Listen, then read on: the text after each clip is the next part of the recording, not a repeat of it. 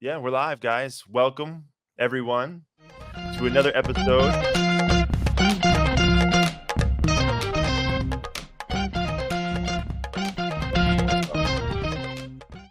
I the can C vibe with Units. this.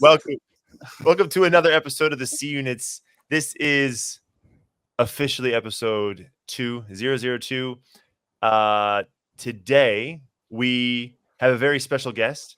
His name is Max von Kannon. He's a very near and dear friend to me. I've known him for about 9 years. We've had many experiences together, and of course, you got Kaleb again. Welcome. Well, thanks, Steve. I feel appreciated as well. Thanks. Very glad to be here, boys. Excited for this one. Nice to have you, man. All right. Nice to have you. Nice to have you. So the reason we have Max on today is because the three of us were involved in a very special experience together in between January 2023 and April 2023. So part of our theme today is going to be extreme fat loss and the trials and tribulations of that, the pros and cons. Maybe Max, in post-production, we should put a warning here that says, warning, do not attempt to follow the things that we did at your, or do at your own peril, because it was pretty extreme. But we put our bodies to the extreme test during this challenge. We'll talk about it in a second. And we learned a lot about ourselves in terms of, what it takes for us to lose body fat, how we approach dieting, how we approach exercise, and how it made us feel beginning to end, even how it affected our personal relationships, work, girlfriends, wives, etc. So we're going to get into that in the process and share as actionable takeaways what we learned, as well as what you can do should you want to go on a similar path, exploration, self-exploration. So let's jump into it. I think, should we let Max introduce himself? I think we should. Go ahead, Max. Do it. All right, I'm Max. Good friend of Steve and Caleb's. Glad to be on the show. Kind of dabble into content creation myself, so hope to kind of be behind the scenes, supporting the C units, being their Jamie, like in Joe Rogan. The guy pulling up facts. But yeah, excited to be here and talk more about the kind of fitness challenge we did last year. Steve, do you want to kind of, or Steve or Caleb, do you want to tell them kind of what it entailed and the origin story of Chunky to Hunky, since you guys kind of did it for a few years? I think Steve did it for 2 years. Okay, I did it twice. I'll go ahead. Steve did it twice. I only did it once, but Steve is the one who actually pulled me in, and it was in a very funny way. Yeah. Anyway, so Chunky to Hunky, it was a competition with 30 guys. We knew each other from Hong Kong, and basically the competition was whoever loses the most body fat in a specific period of time wins X amount of money. We'll talk about that later. But that was it in a nutshell, so that we don't extend too much, and then we tell them the story. Steve, anything to add? Well, why it's relevant to the C units. So if you guys have been keeping up with us on Instagram, which you should, we'll put the link in the description. We challenge each other. We believe that fitness is a vessel, right? So the show is about fitness, accountability, and productivity. But we believe that fitness, if you work out, it clears your mind. It makes you more productive. If you can follow and achieve your goals in fitness, you can follow and achieve your goals in anything. So this is relevant to the C units because this is a testament to us challenging ourselves through fitness and through discipline in other methods, through diet, exercise, all the things that we had to do in this challenge to see through the goal sort of fits in a crazy way within the C units mantra. So that's why it's relevant. And yeah, just a little bit of backstory. Not much more to say about Chunky to Hunky. Just a few guys that like to shed New Year's weight in the beginning of the year. A lot of camaraderie involved. Yeah, a lot of guys take different pathways. I got second place 2 years in a row. I made the mistake of inviting my two biggest threats. Both of you guys came in under my say so.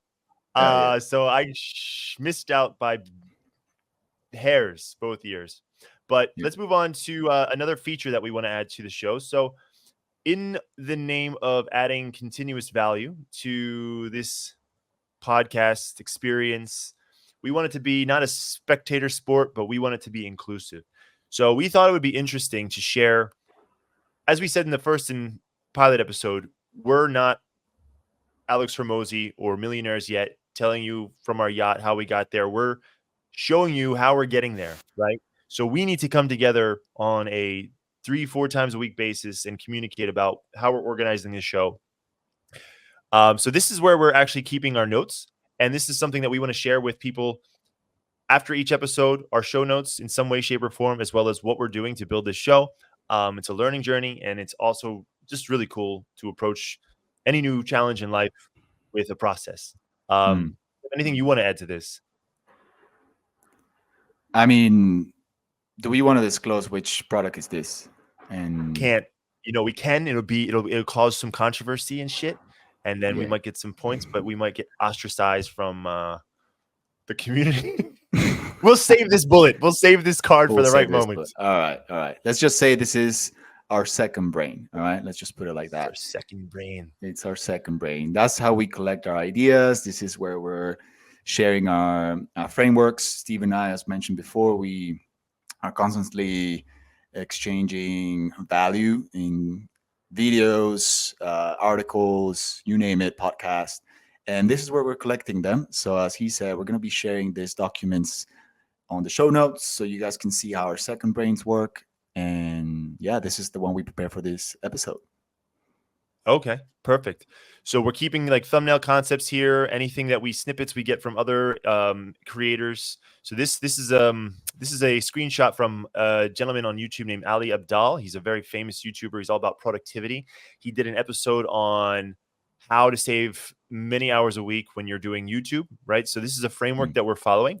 Basically, come up with your idea, come up with the title, the thumbnail, the hook, follow bullet points, don't get too into a script, film it, and then try to outsource editing. We don't want to go too editing heavy in this show. We want to make it as easy as possible to get online.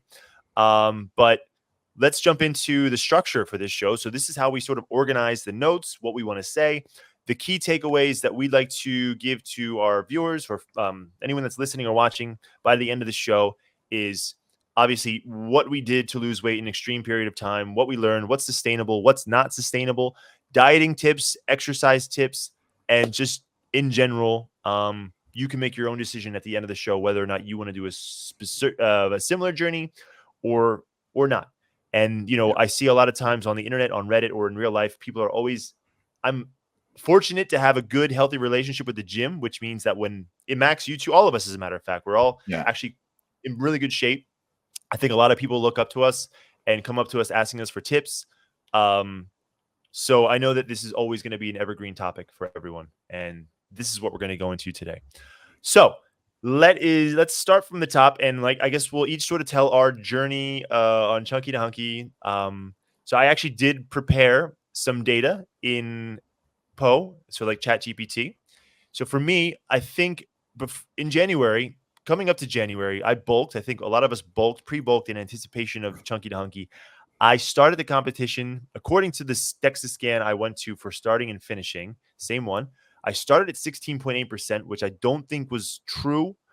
And by the end of the competition, I got down to allegedly 6.8%. So that would have been the data's in here somewhere, like 58.8% decrease in my start to finish percentage.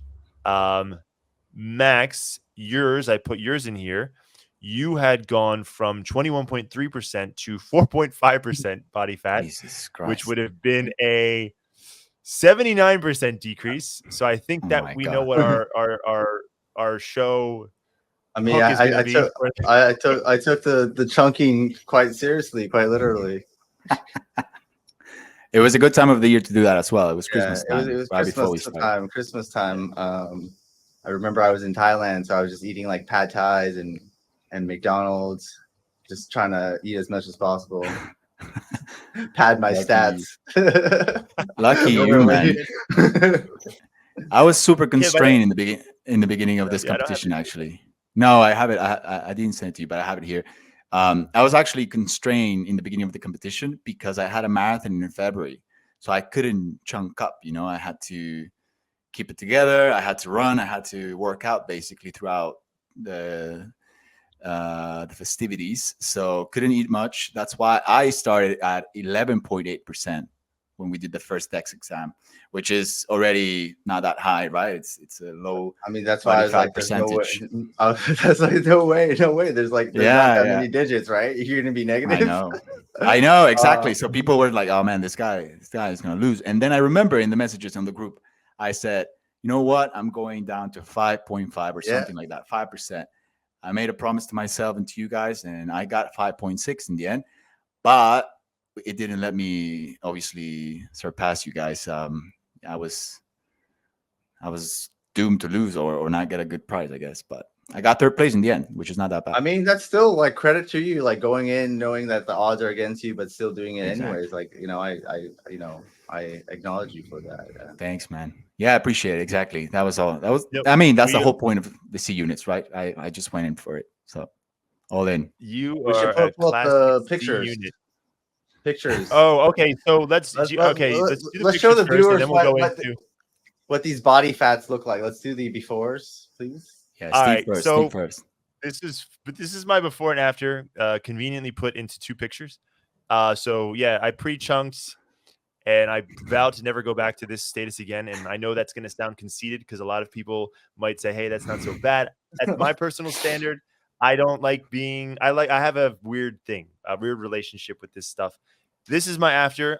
This is not for me really sustainable. So I didn't really achieve the full bottom 6-pack, which is always stubborn. But then again, I didn't fully stop drinking beer, full disclosure. And by the end of the competition, I lost a lot since it was so fast, 3 months, I lost a lot of facial fat, which I haven't really actually got back from these competitions. So I kind of look disheveled, which... Oh god! Basically me on the last day. You know what happens to this guy? No, look, show the one in the middle. That's how I felt. Oh my god! And look, so that was my journey, and I'll get a little bit into this. Is before CrossFit, and then I did CrossFit later. But then, so Max before and after, we have Max. I definitely put your before in here. Here. Let's see it. All right, here it comes. There he is. Oh, you can see he was much fuller face. I was like, oh my god. Look at me. I look like a pedo. Wait, am I not allowed to say that? Am I gonna get canceled? From pedo to Peaky Blinder, though. Yeah, Peaky Blinder, that is. So Max actually almost had full 8-pack there. That's pretty good. Yeah. And here's a back shot of Max as well by the end. Back shots. We know you love those. Show them my Quasimodo, the before back. Right. Okay. There go. Here it is. Quasimodo back. Oh my god! Oh my god! Look at that hunchback. Yeah, you had a hump. Yeah. A little hump, and then go back. Go to the. You generally look displeased, just not happy to be here. I might have kind of played it up for dramatic effect. Like they tell you to oh, you got to look miserable. You're fat. That's true. That's what they do. That's what they do on IG. The fitness industry. Yeah. That's true. Finally, we have Kaleb before. We're gonna have to blur this out. Oh god. And do you have a before back? Oh man, there was too many files that went through. No, actually. Let's go to your after. Here's your after. Yeah. Damn boy, all those striations and veins, man. 5.6. Thug show life. Show them my inspiration. So this is insane for me. Like this looks like a manta ray from the ocean. Sure. If you were doing some laps, that was my inspiration. You see, that was the inspiration. I was like, at the beginning of the competition, I was like, I'm gonna get like this guy. It looks like Frankenstein's back. Like they just took massive slabs of meat and sewed it together. Manta ray sounds cool. I haven't thought of that one. Cool. So that's the before and after, and now we'll kind of go into the process. So I guess let's start with more structure. We're trying to add more structure to the C units. Yeah. And let's each go in with our approach that we went in with because it was vastly different for all of us. and I learned a lot from you guys.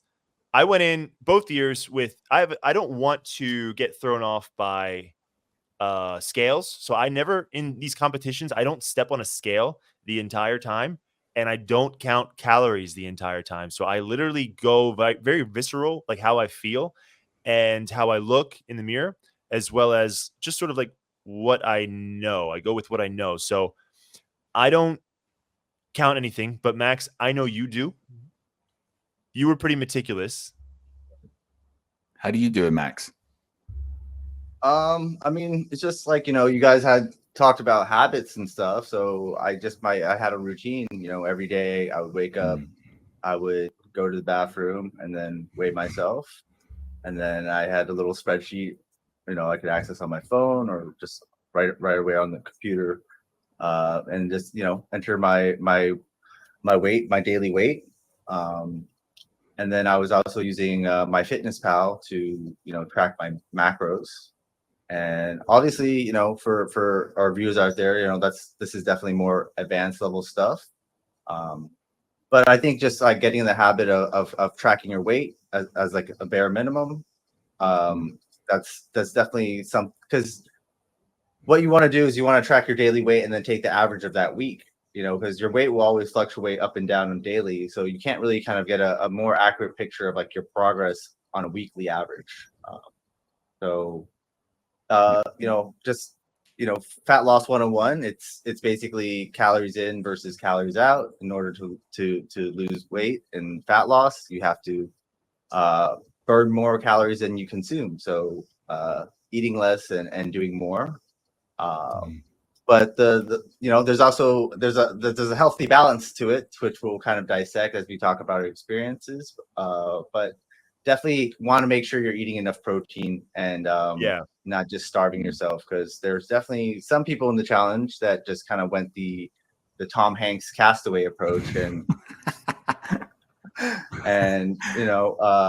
Steve was like that at the end. I just want to caveat this whole like contest as like, it was fun amongst friends, but I think just having fat loss as the only metric of like winning is definitely skewed, because there's people like me that just stuffed their face before, whereas Kaleb came right in post marathon shape. They don't take into account to like your strength, because you could lose a lot of fat but just be like emaciated, so that's not good. So obviously just a competition amongst friends, so we didn't take it too seriously and just kept it to one metric. But I just wanted to say that to our viewers out there that it's not just about the number on the scale, it's about also how you feel and how you're performing in the gym, right? No, so it's very visceral. And one thing that you said was eat less, do more, which was basically my only mantra. Like when I joined rugby very late in my athletic career, and the only thing they taught me when I first joined was run forward, pass backward. So I like to break things down to the most simple components as if to not cause any paralysis. From my wrestling background, I have a very unhealthy relationship with weight loss. So in high school, there was a period of time where I had to lose 15 pounds in 5 days, for example. So I knew what it felt like to have to track your weight meticulously through seasons. And because of that, I would always have to take my mentality out of the counting, because every time I stepped on the scale, it was terrifying because you can get kicked out of tournaments or matches and get disqualified.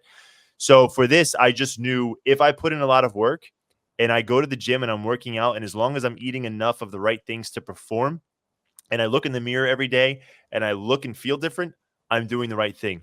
Otherwise, I didn't want to step on the scale and one day see like, oh my God, I'm actually 0.5 pounds heavier than I was yesterday. It would freak me out. I would do something irrational. So that's my mentality, and that's not something I would recommend to other people. In general, I like to track metrics in life, but for competitions like this, I kind of take a very barbaric approach. But yes, it's boiled down to eat less, do more is like the most important one. And then also, I know physically when I'm not getting enough protein, I feel rusty. I could feel it in the gym that I'm not doing enough. So I'll know if I have to increase or decrease my protein intake. Otherwise, carbs is bizarre.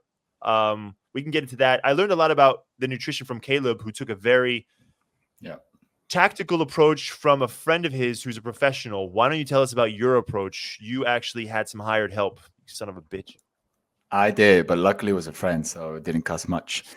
I was some sort of like in the middle of you two. Like I think Max went all in with calculations, spreadsheet, and he had everything under control. I also was a bit more like raw on the data that I was using, basically just what I could collect from my Garmin watch. But I did went full on a diet. So I had this very specific meals that I cooked myself every night before each day, and I was on a calorie deficit actually. So I had specific workouts and a specific diet. And this guy, my friend in Mexico, he basically just said, if you do this, I think you can win. I think actually no, he didn't say you can win. I'll get you to 5.5 body percent fat. And he's like, if you're disciplined, if you follow every single thing that I say here, you'll make it. So I was sharing some of those insights with Steve in terms of dieting. For me, it's all about dieting. Now, things that I've learned from the competition and things that I continue to use that I think are healthy is that like now I can very easily lose weight or control how much weight I want to gain or muscle mass depending on what I eat. And I know also now that I understand how a body transformation feels and looks like. I know when to pull, when to push, what to cut off, what kind of exercises I need to do. So I was running a lot, right? Preparing for that marathon I mentioned. I was doing CrossFit as well. I was going to the gym and all sorts of sports. I was trying to do calisthenics as well at the same time. Anything I could do to burn calories. So that was my strategy, just calorie deficit and dieting. Yeah. You had okay, so I think let's segue. That's a perfect segue before we get into lessons learned and takeaways. I think it's awesome what we learned from each other, what we learned about ourselves. Let's go down into what our meta or macro sort of routine was or approach to this. Aside from the mindset we went in with, like Max was very metrics oriented. I was barbaric. You were slightly in the middle. You were like splitting between workout routines. So let's start with what we did, our approach. So going into this, I knew I wanted to eat less and do more, right? And then I'm very familiar with strength training and cardio. So I started off by knowing that I wanted to do at least 2 a-days at the very minimum. So I would wake up in the morning and I would go for runs for about I would want to burn about 400 to 500 calories in the morning. And then at lunch, I would go to the gym and I would do strength training. And I think this coincided with the tail end of rugby season. So about 2 days a week, not including match days, I was also going to rugby training. So there were some days where I was actually doing 3 a-days, which was pretty insane. So I'd do cardio in the morning, strength training at afternoon, and rugby in the evening. The funny thing was, not only did I lose 58.8% of my starting body fat, I actually gained, I think, 7% muscle mass by the end of the competition. So I would say it was very dangerous what I did because I looked emaciated, but I actually had overall, I was able to perform on all levels. And that's for the fitness part. For the nutrition part, I subscribe to a meal plan called Nutrition Kitchen. No discount for our users in the description below. So screw you. Not yet. Not yet. We're working on it. And I went with the low carb meal plan. So I would get 2 meals a day from them that would be relatively high in protein, like a cutlet, like a salmon or a chicken cutlet, and only vegetables for carbs. So these are my 2 like pillar meals. I did learn from Kaleb the addition of fiber in the morning.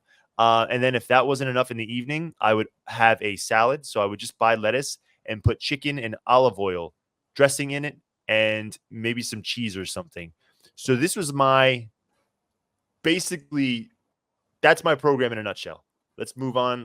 Max, you had a little bit more time on your hands, so you were pretty intense during this period. Yeah, I mean, at the time, I was kind of in between jobs, so it kind of became my job. So I mean, I right there, I had an unfair advantage, with my eating spree, pre competition, and then so I really.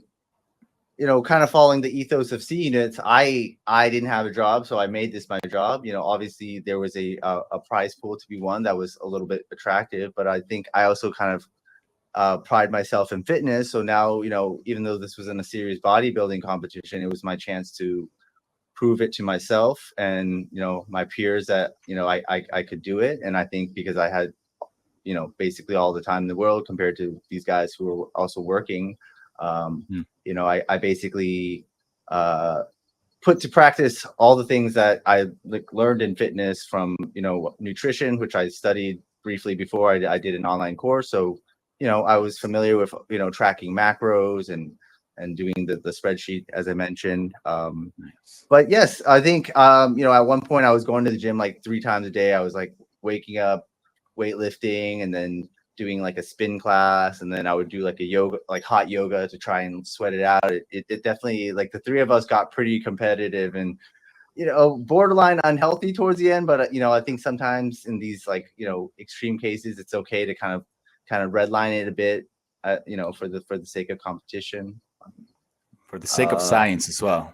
Yeah. The sake of But science. kind of I guess what I would say in terms of, like, some tips, I would say, I personally don't like cardio, but so I basically use group classes. I'd go spinning with my wife, a bunch of chicks in the room, and I was just like pedaling my ass off, like looking on the screen, all the calories like burning. Yes, gotta beat Steve and Caleb. I would just imagine they're on the bike, they're ahead of me. So I think it was a little, like, it was good to have that healthy competition. I think it all pushed us to the extremes. So yeah, that's a good point. Because was it healthy? In the end, like for me, I think it put a lot of things in jeopardy. I mean, not to that extreme. Like I think my relationship with my wife was pretty stable. She was very supportive, but obviously I was very boring, right? I was like not eating at all, like nothing fun. At some point I was eating boiled eggs with spinach and pineapple smoothie. Man, those were my meals every day and 5 times a day. So you can imagine, farting like hell. I stank. Everything was terrible. No friendships, nothing. It was hardcore, and it wasn't happy days. Aside from that, running a lot for the marathon, doing strength training, doing yoga as well, like trying anything and everything to try to burn calories. But at the end of the day, and at the end of the competition, I promised myself, I don't want to ever do this again. I didn't even like my body shape. I was like telling my mom and my wife, who were there when the competition, when the results came in, I was like, oh shoot, I actually don't like this. Like, it doesn't look you're good. like an anorexic girl. I'm fat. Like, yeah. It does. It does. It gives you a bit of like body dysmorphia, because you get so fixated on like the numbers and how you look. So there's definitely some positives, but you can definitely get kind of too obsessive with it. You can get obsessive with it, and the bottom line is, it's good to learn from this. And I'm not saying no one should do it, but we did push it a little bit too far to the extremes. And it was for the competition. We're competitive guys, obviously, by nature.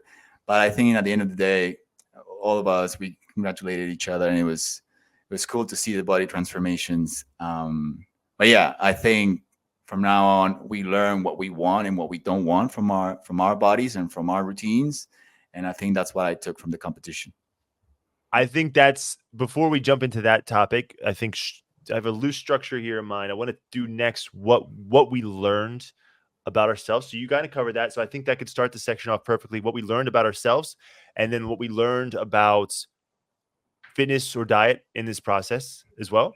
So I think, like you said, we talked about this before in the pre-show, that I think a lot of guys aspire to be like a Cristiano Ronaldo, or they stay, in Instagram. At any given point, if you go on your feed, especially for young guys, you'll see bodybuilders, people that are ripped.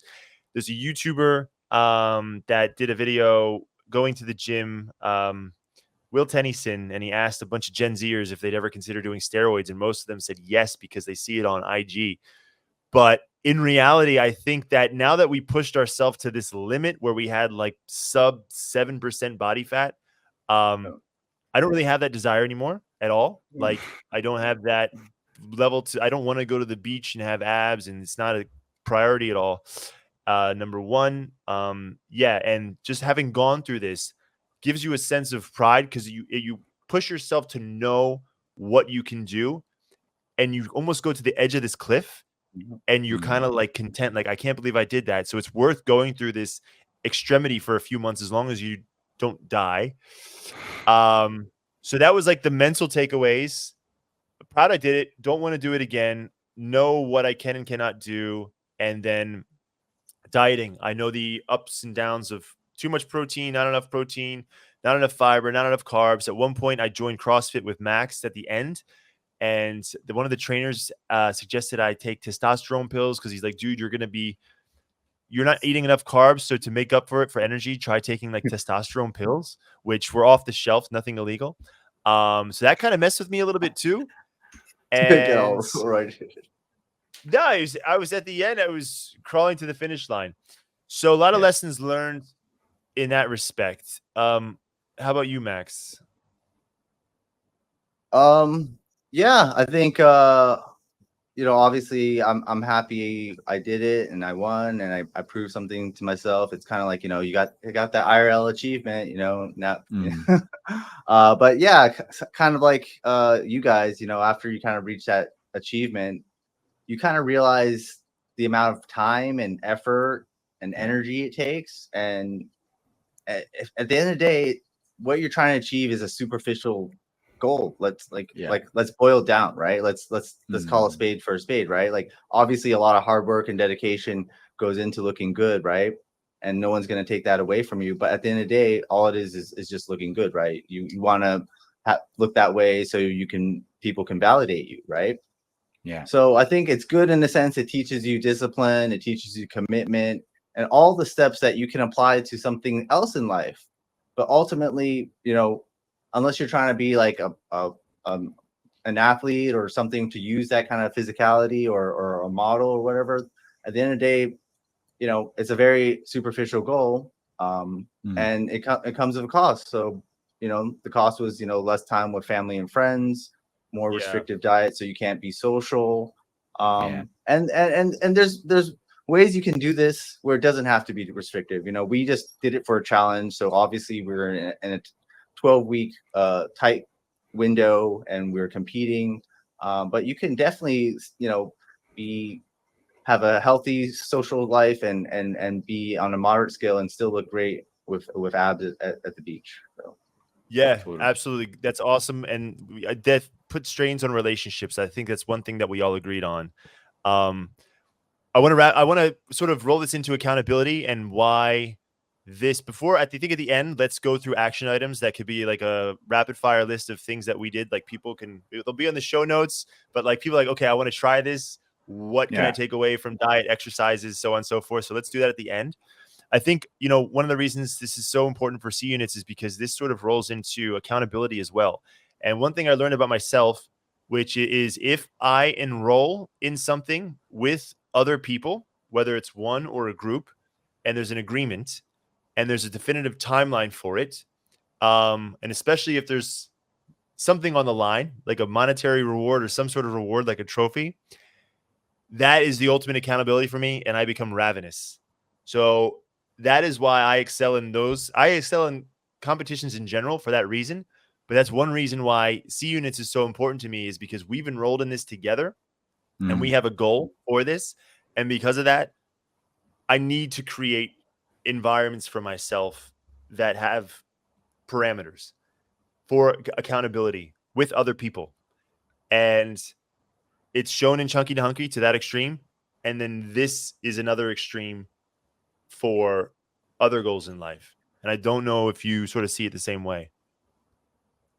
Absolutely. I mean, that's why we're here, right? So it was the same thing for me. And I think it was also special to do with you during the competition and what happened afterwards, because obviously we pulled in a lot of these action items for ourselves, right? We were like, all right, we learned this, but from now on, we're going to continue to do X, Y, and Z. And to a certain extent, maybe that's what inspired this channel, right? The fact that you and I were always like, okay, what are you doing? Get off your ass, stop eating this, stop doing that. And, I'm sure it's going to segue to other things, right? Like maybe we cut off drinking, and that's something that we can discuss later on.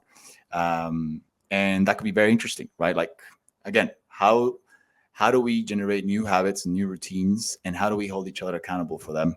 And Max being also included in this, he's also an advocate for this same lifestyle. So, yeah, how do you see this going forward, Max? In terms of what some takeaways for our viewers? Well, I mean, no, just in terms of, I think we're all similar, Max. So I've known you for a long time, and anytime you're confronted with a challenge and there's like spectators or people watching, you Yeah. rise to the challenge. But if it's like Mhm. loosey goosey stuff, like we could all fall short on like loose plans. But I think we are all the type of people that thrive in an Yeah. environment of accountability, and it's Yeah. not just like Yeah. work. It's not just work. It's different. Yeah. It's hard to explain. No. I get what you're saying. And just kind of going with the theme of fitness, I think fitness is definitely more fun with friends. I think if you're new to the world of fitness and not sure what to do, I highly recommend joining a gym. Doesn't have to be a CrossFit gym, but some place that has group classes, because if you sign up for a class, it's that holds you accountable, whether there's like Yeah. a late penalty or whatever. But just that Right. whole community aspect of, oh, you signed up, you said you would be there, putting your name onto something, it has to mean something, right? So kind of forcing yourself to be in that kind of social external situation can definitely help. Because how many times have you said, oh yeah, I'm going to go to the gym today, and then after work you're just like, oh, too tired, I'll just go tomorrow. But if you Yeah. signed up for that class, that's another obstacle, like, oh, I got to cancel, oh wait, I'm not in the cancellation window, I got to pay a fee. These minor inconveniences can actually hold you accountable. And then slowly from there, you're like, actually, I enjoy going to the gym. I see the same people. I've met some friends, and use that to leverage things that you don't like to do. Like, That's a good one. Well put. Well put. So I think this is something that will grow on throughout the series. It's one thing I think we're all in love with. The one thing I have discussions with off this show when I explain it is, why is productivity sexy and accountability is not? Accountability is not a buzzword yet. Productivity is. You don't see any accountability influencers or creators. So that's one thing I think it's interesting to see if we can, Phil, can we make accountability sexy for the first time? I'm not going to even go into so Sure, we can. accountability is sexy. It's different from productivity. I think it's for a different episode. Now let's move on to key takeaways that we all learned for viewers. And let's put a disclaimer on this part. Warning, take this advice at your own peril. We are not scientists. We are not Andrew Huberman. We're not, and we are just crazy dudes that push ourselves to the limit. I mean, I've been a personal trainer before. I wrestled, so I kind of know my limits. So I think we all kind of know our limits to an extent. Caleb, you had somebody that was actually giving you legitimate advice. So let's move into that. Since I'm already speaking, it's easier. So over 2 years and through wrestling, I learned sort of starting from the top, getting a very visceral feeling with your body is super important. So understanding yourself and how you feel on a mental and physical level is very important, and it takes something like this to get there. But from a strength perspective, I believe it's possible to lose body fat and gain muscle at the same time, which I had done. And this is something I believe my entire life, and it's my forever regimen. So this is something I appreciate from Nick Bear, a hybrid athlete, for example, cardio and fitness at the same time. So I lost 58.8% of my body fat from beginning to end, 16.8 or 5 to 6.8. And I gained 7% muscle mass.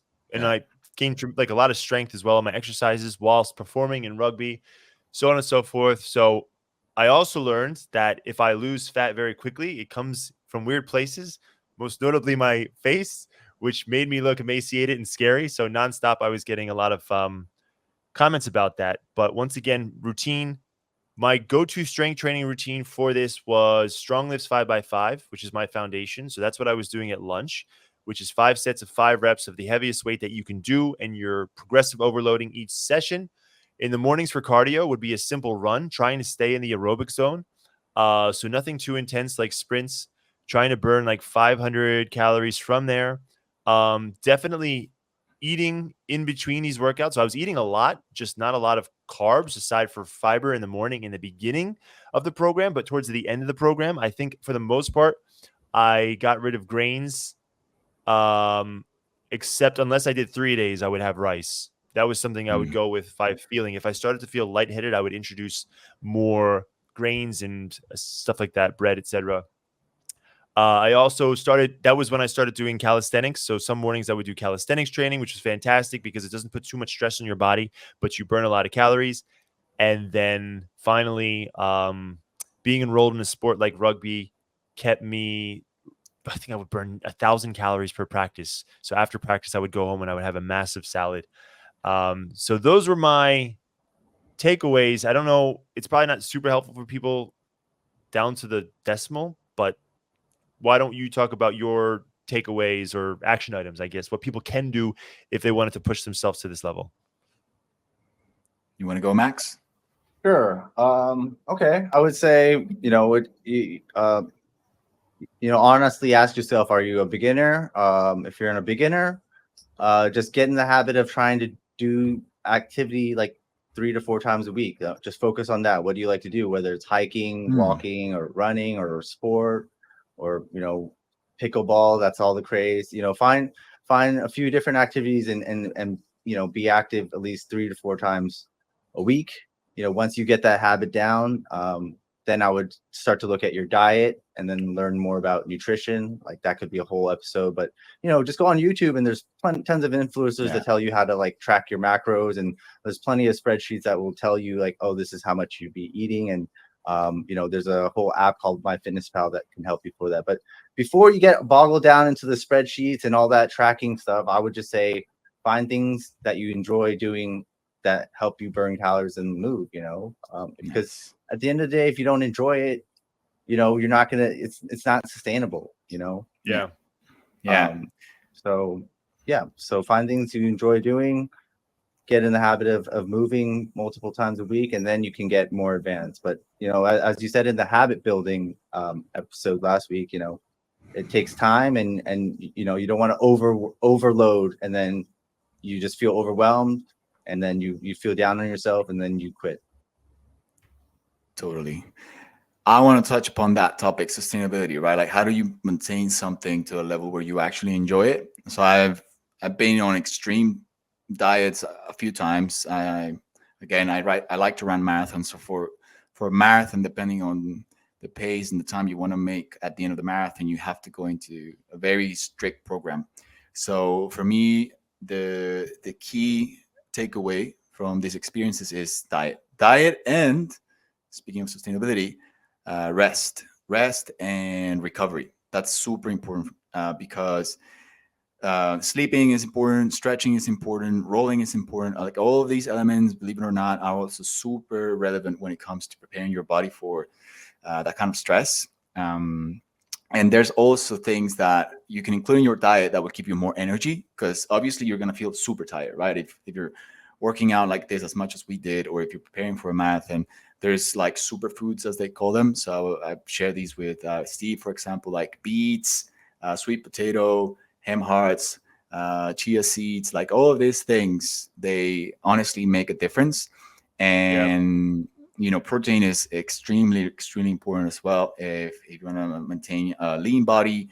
And energy is stored and also lost, right? So recovering properly, sleeping is of the essence. Again, if you feel like your muscles are tired, it's because you probably didn't stretch them enough. So you have to go to the gym or at home, roll them out. Yoga is also super important, right? Keeping it sane, body and mind is, believe it or not, these are things that I took from these competitions, and I apply them on a daily basis. And they really help you to feel just strong. They help you to feel healthy. Unless you're, again, on a strict diet or a strict program to achieve something, then, just live your life as you want to live it, right? Enjoy this sports, enjoy the camaraderie, enjoy the act of moving the body and feeling the body, learn about it, and listen to it. It's important to listen to your body. Once you're able to acknowledge and understand that, then it's very easy to figure out what's off, and you can recalibrate at some point. So either with all of the things that we just mentioned now, but I think the biggest takeaway or key point for me is acknowledge your body, understand it, and then listen to it whenever it's calling out and telling you need to do something different. That's my takeaway. Sick. And I think one thing that would be super helpful for viewers at some point is when we post the notes, let's go back and sort of refine all of our points, and so they can be sort of condensed. I think we all have philosophies on a lot of these different things and not just like throwing stuff out there. So that's one thing I'd like to add to the show notes. Your philosophy on rest and diet, strength training, or trying to lose body fat while gaining muscle at the same time. All these things that we want to keep adding value to the show, and we have to level up as producers here. So yeah, I think that wraps it up for this episode. But finally, you know, we have to get more disciplined with adding what we want our viewers to do. So you're watching us build this brand, I think it's fair to say, and this production in front of you. We mostly now probably just have a few friends that follow us and support us on Instagram, but we would love for our viewers to obviously take advantage of what we put in the description here. And then we're going to be working with Max to bring more shorts and reels from this content to share, I think primarily on Instagram, but probably YouTube. But this is where we want to create this sort of inclusive experience where we're engaging with people that watch the show. And over time, we'd like to add more and more from our philosophies on fitness, accountability, and productivity as we grow and continue to create more impact, value, and content around that. So please follow us, obviously, here on YouTube. If you've watched this, please follow us on Instagram. And please comment if you like the show, even if don't be the, be the first answer. If you stumbled upon this shit and you made it this far, write something in the comments. Steve, you look funny. Your shirts look ugly, whatever. Say it. Anything else to take away? What's happening next week? Let's tell our viewers what's going on for next week. I think we're going to dive into. I think we're going to dive deeper into accountability and perhaps touch upon productivity. But yeah, I want to do accountability and productivity, and I think behind the scenes, what we're doing is Kaleb and myself. We're working with Max, who has a little bit more experience in creating short form content. We're just getting more and more comfortable filming things that we do on a daily basis. Right now, it kind of looks funny and amateur. But I've personally been recording more of what I'm doing and taking voice notes about things I think would fit into the show. And we're just refining the process. So we're in that stage where we don't want to get stuck on analysis paralysis. We just want to take action and refine. So that's where we are with the show, learning as we're going, but we're super into it. It's on my mind all day. So that's where we are with this process, and something I think we'll share as we go. Yep. Yeah. So with that, let's play our outro music.